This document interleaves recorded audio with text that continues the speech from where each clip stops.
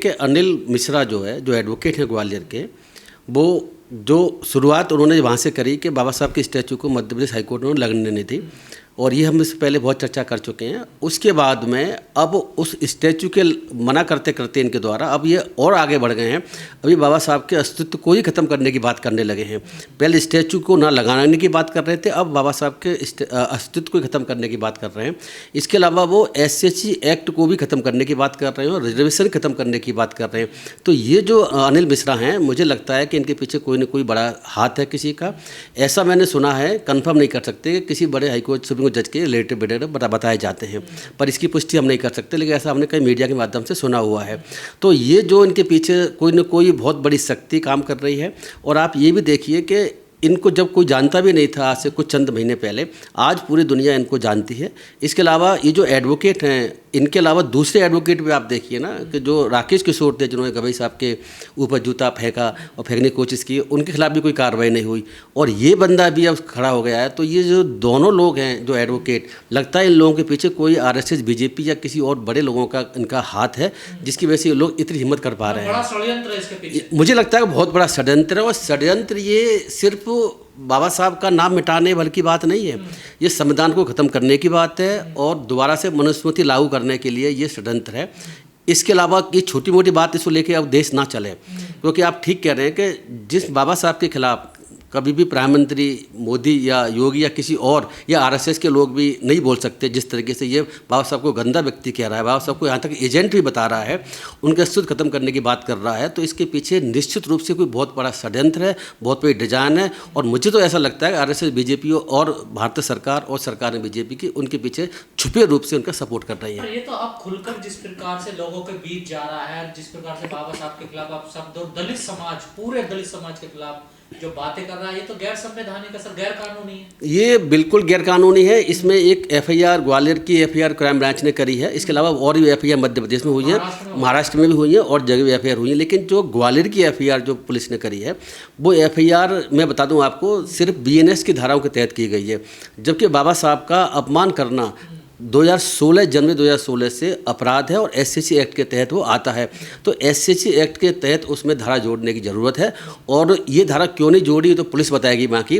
मुझे लगता है कि लोगों को ज़रूरत है, बाकी लोगों को जो इस आंदोलन में शामिल हो रहे हैं इनके अगेंस्ट अनिल मिश्रा के खिलाफ, कि वो इस धारा को जुड़वाएं, जिससे कि अगर SC एक्ट की धारा जुड़ जाएगी तो जैसे आपको पता है कि उसमें एंटीसिपेटरी बेल अलाउ नहीं है, नंबर 1। दूसरी बात ये भी है प्रोबेशन और बहुत सी चीज़ें होती हैं कन्विक्शन के बाद में, वो भी अलाउ नहीं है। और ये कह रहा है कि SCC एक्ट का अपराध कोई करता ही नहीं है, ये तो झूठे केस लगाए जाते हैं। आपने देखा होगा ये बार बार बोल रहे हैं, इसलिए SC एक्ट का अस्तित्व खत्म करने की बात कर रहे हैं, कोई झूठे केस लगाए जा रहे हैं।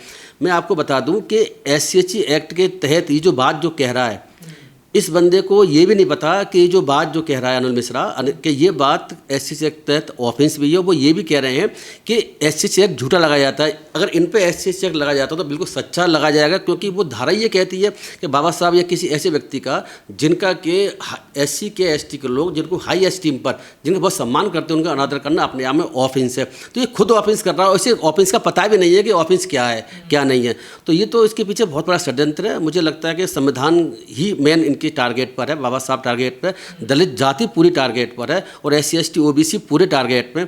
अब ये नया षड्यंत्र करके देश में मुझे लगता है कि कुछ ये बलवा दंगा कराना चाहते हैं, ऐसा मुझे लगता है। नहीं, संविधान अगर टारगेट पहन के, तो फिर ये क्यों कहते हैं BN राव ने संविधान लिखा? वो सब झूठ है इनकी। वो आपको ही पता है कि BN राव ने संविधान लिखा, दुनिया देश पूरा जानती है, इसमें कोई अब डाउट रहा ही नहीं है। इस डिस्कशन के बाद में ये बात और क्लियर होकर आ चुकी है कि BN राव ने, बाबा साहब ने संविधान लिखा हो, इसकी बात बिल्कुल झूठी है। ये इसकी आड़ में संविधान को ख़त्म करना इनके पीछे मंशा है। आप मुझे बताइए, अगर कोई व्यक्ति ये कहे कि SC ST खत्म किया जाए, जो कि आर्टिकल 17 के कंप्लायंस से बनाया गया है, आर्टिकल 70 छुआछूत का रोकता है। इसी तरीके से संविधान के तहत ही रिजर्वेशन मिलता है, तो रिजर्वेशन को खत्म करने की बात भी कर रहे हैं। ये अनादर कर रहे हैं, अपमान कर रहे हैं, उसको ही संविधान रोकता है किसी व्यक्ति का। यही कह रहे हैं अनिल मिश्रा। आप अगर देखें कि मुझे तो स्पीच और एक्सप्रेशन की स्वतंत्रता संविधान देता है, और मैं बाबा साहब के खिलाफ अगर कुछ ऐसी बातें कर रहा हूँ तो मैं कर सकता हूँ। इन्हें ये नहीं पता कि आर्टिकल 19(1)(a) संविधान का ये अधिकार देता है कि कोई व्यक्ति किसी के बारे में कुछ कह सकता है, लेकिन ऐसी कोई कमेंट करना जो अपमानजनक है या इंसल्ट करना, दंगा भड़क सकते हैं किसी तरीके, वो आर्टिकल 19(2) ही ये कहता है कि सरकार की ड्यूटी है कि वो इस संबंध में कानून बना करके इन चीज़ों को रोक दे।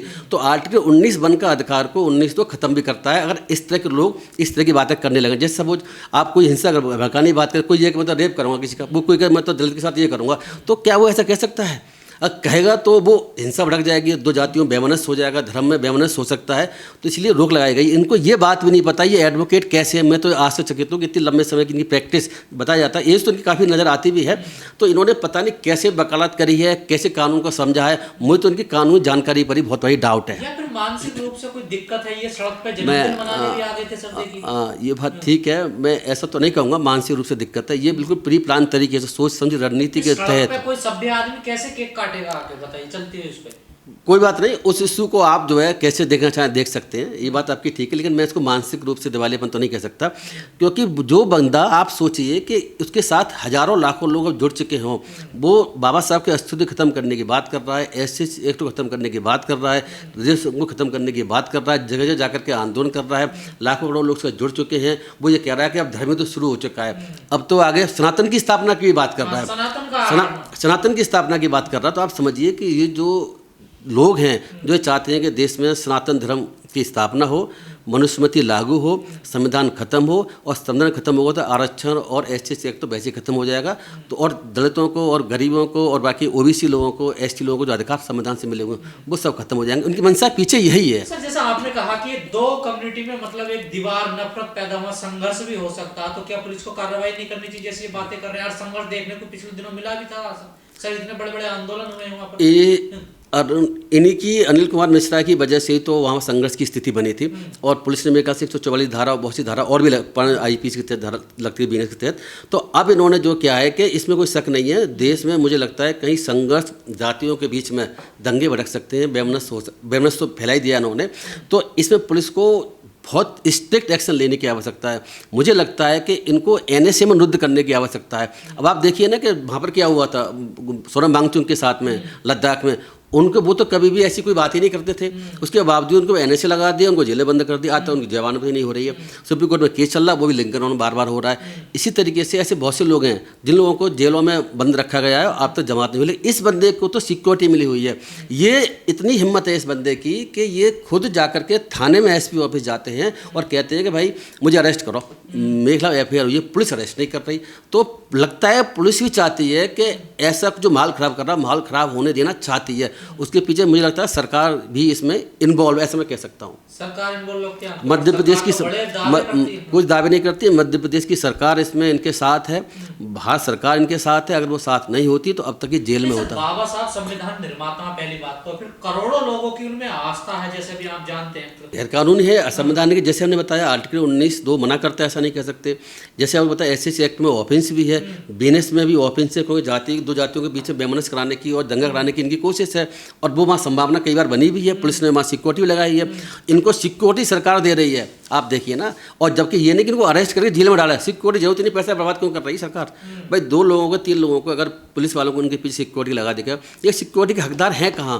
इनको तो जेल में रह करके वो जेल की सिक्योरिटी मिलनी चाहिए। नहीं, जैसे अनिल मिश्रा बोल रहे हैं अस्तित्व खत्म कर दूंगा बाबा साहब का अस्तित्व खत्म करने के लिए तो बरसों से लोग प्रयास कर रहे हैं, क्या हो पाएगा इन लोगों से बाबा साहब का अस्तित्व? मैं आपको ये बता दूं, बाबा साहब का अस्तित्व खत्म होने तो दूसरी बात है, अस्तित्व नहीं, उनकी जो पहले वो महान थे, पूरी दुनिया उन्हें जानती थी, इंडिया नहीं पूरे विश्व में जाना जाता है, अब उनकी जो महानता और बढ़ेगी। ये नहीं पता कि आप जिस तरह की विरोध कर रहे हैं ना, उससे तो उन लोगों को, जो लोग नहीं भी जानते हैं ना, तो वो लोग भी उनको जान रहे हैं, तो इनको ये भी नहीं पता अब तो उनका अस्तित्व खत्म नहीं होगा, अब तो इसको अमर हो गया हमेशा के लिए। नहीं, संविधान लिखने की बात करते हैं, BN राव ने लिखा, कोई इनके पास आधार, कोई तथ्य तो होगा ना। BN राव साहब ने तो कहीं नहीं कहा कि मैंने संविधान लिखा। इन पर सिर्फ एक तथ्य है कि वो उनकी जाति के हैं, BN राव। अच्छा, BN राव ब्राह्मण है, इसीलिए एक तथ्य से इनके पास यही है, वो चाहते हैं कि दलित किसी व्यक्ति को या कोई और समाज का व्यक्ति उसको सिरे किसी संविधान लिखने का ना मिले, तो ये बाबा साहब से सिरे को छीनना चाहते हैं, और कोई बात नहीं, इसमें कास्ट का एंगल है और कोई बात नहीं है। सर, एक तरफ ये दलित समाज, खासकर मध्य प्रदेश ST समाज के, इन्होंने पंचायत करी, उनका बहिष्कार करा, ये भी तो ऑफेंस है सर। बिल्कुल ऑफेंस है। सामाजिक बहिष्कार किसी का आप नहीं कर सकते ना सर। बिल्कुल नहीं कर सकते। सामाजिक या आर्थिक बहिष्कार भी नहीं कर सकते। एससीसी एक्ट में सामाजिक और आर्थिक बहिष्कार करने को भी ऑफेंस बनाया गया है और ये ऑफेंस है, लेकिन वहाँ पर मुझे लगता नहीं है कि इसके लिए एफआईआर दर्ज हुई है और इसमें भी एफआईआर सामाजिक बहिष्कार के लिए होनी चाहिए। और ये जो अनिल मिश्रा हैं उनको बढ़ावा दे रहे हैं, उनको और उकसा रहे हैं, समर्थन कर रहे हैं, उनकी फूल माला पहनाई जा रही है और वो कह भी रहे हैं कि हाँ साहब बिल्कुल ठीक कर रहे हैं, बहिष्कार इनका पूरा होना चाहिए। तो ये दलितों के खिलाफ मुझे लगता है बहुत बड़ी हिंसा कराने का इनका षड्यंत्र मुझे लगता है। और ये आप देखिए, मुझे पूरी उम्मीद है आगे अगर इस पुलिस ने इनको रोका नहीं तो हिंसा भड़क सकती है। इनके कदकाम ही इस तरीके के हैं, क्योंकि कब तक कोई इंसान, जो बहुत से लोग हैं, कौन क्या कर ले कुछ कह नहीं सकते, मानसिक लोग सब तरह के लोग होते हैं। तो इन्होंने जो ये शुरुआत करी है ना, बाबा साहब का अपमान, बाबा साहब को गद्दार कहना, यानी क्या क्या कहना, एजेंट कहना, ऐसे को ख़त्म करना, और ये भी कह रहे हैं कि मैं लगातार कहता रहूँगा, रुकूंगा नहीं, मैं माफ़ी भी नहीं मांगूंगा, पुलिस अरेस्ट भी नहीं कर रही है। तो ये सारी चीज़ें देश की स्थिति बिगाड़ सकती हैं। लेकिन जिस प्रकार से जो वहाँ के संगठन है उन्होंने जो स्थिरता बनाए रखी है, आपको नहीं लगता बड़ा सराहना का काम कर रहे हैं वो लोग भी, वहाँ के जो अम्बेडकरवादी संगठन? हाँ बिल्कुल, उनके रूप में काम करना चाह रहे हैं। आप बिल्कुल ठीक कह रहे हैं। उन्होंने कोई घोषणा की, लेकिन बाद में लगा तो उन्होंने उस घोषणा को वापस भी लिया, आप कर भी नहीं रहे हैं। लेकिन ये जगह जगह जा करके फिर भी उसके बावजूद भी भड़काऊ भाषण दे रहे हैं, बाबा साहब का लगातार अपमान कर रहे हैं। जैसे कि आपने भी कहा और मैंने भी कहा कि बाबा साहब का अपमान करने की हिम्मत आज के समय प्रधानमंत्री में भी नहीं है। लेकिन ये बंदे में हिम्मत कहाँ से आ रही है, ये जाँच का विषय है। मैं आपसे फिर कह रहा हूँ, कोई न कोई बड़ा संगठन, कोई बड़े लोग इसके पीछे हैं। पहले भी कह चुका हूँ, मुझे उम्मीद है कि भारतीय जनता पार्टी की सरकार इनके साथ में है। बाकी हिंदूवादी संगठन है जो सनातन का सपोर्ट करते हैं, उनके साथ में। आपको नहीं लगता जो अम्बेडकरवादी नेता अपने आपको कहते हैं उनको आगे आ जाना चाहिए, इस पर बात रखनी चाहिए, बिल्कुल क्लियर होनी चाहिए चीजें? अम्बेडकरवादी नेताओं की बात मैंने कुछ चंद नेताओं की सुनी है, इसका मुझे बड़ा अफसोस हुआ, दुख भी है कि वो नेता कहाँ चले गए जो अम्बेडकरवादी अपने आप को कहते हैं लेकिन चुप हैं या कुछ थोड़ा बहुत बोल रहे हैं। उनको तो इस पर आंदोलन करने की आवश्यकता थी, उसको सरकार को, पार्लियामेंट को घेरने की आवश्यकता थी।